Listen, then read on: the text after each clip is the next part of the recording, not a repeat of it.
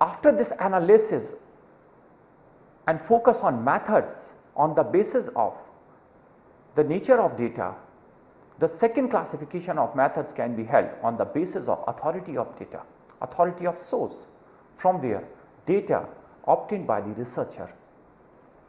On the basis of the authoritative source, it can be classified between primary and secondary data or the primary and secondary source. In legal research process, there are various sources available for data collection, but weightage of information for making any inference or making any principle or proposition, the weightage of individual evidence or data can be considered on the basis of the authority of source. If requisite data is obtained from the authoritative source, it has more weightage rather than the data collected from other methods from non-authoritative sources.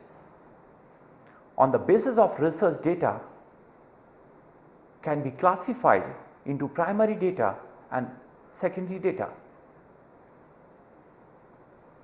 Primary data is the data or information collected by a researcher directly from his own observation.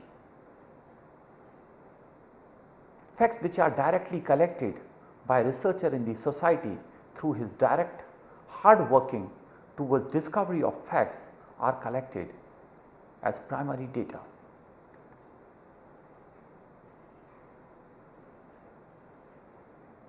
Any information obtained from the person who has transacted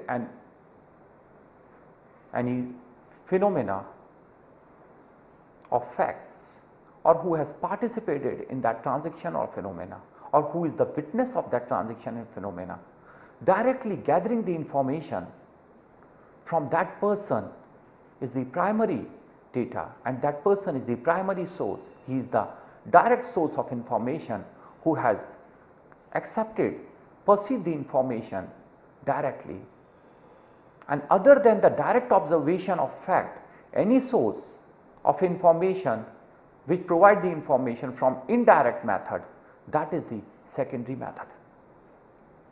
In primary method, data can be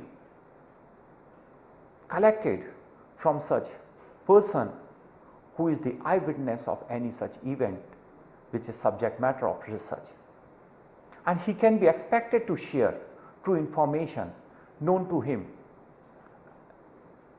which can be relevant for the research. Similarly, with the philosophical and theoretical information, deposition of the person who has such philosophical concept, such theoretical concept, he can share that philosophical and theoretical concept formed by him, that shall be considered as primary data. In doctrinal legal research, basic authoritative sources of development in the field of law are considered primary sources as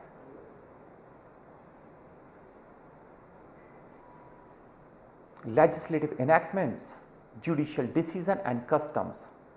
The law emanating directly from the competent authority is termed as authoritative source, and authoritative sources are binding in force.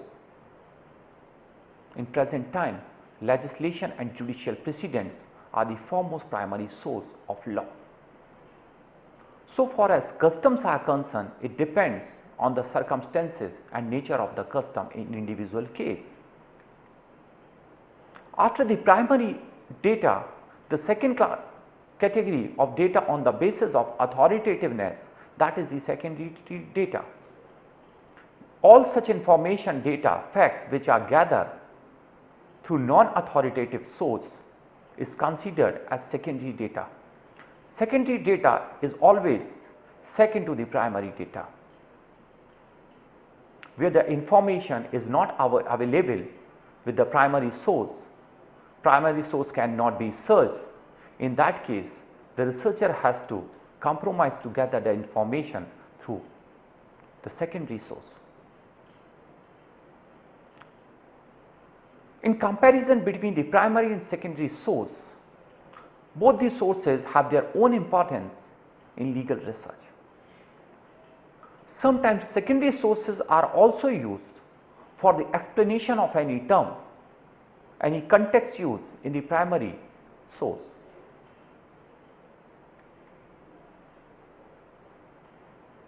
Admissibility of data from secondary source is assumed on their reliability only. Commentaries, digests, encyclopedias, treatises are regarded as the secondary source of law. And secondary source of law is not the authoritative, it is only of the persuasive nature.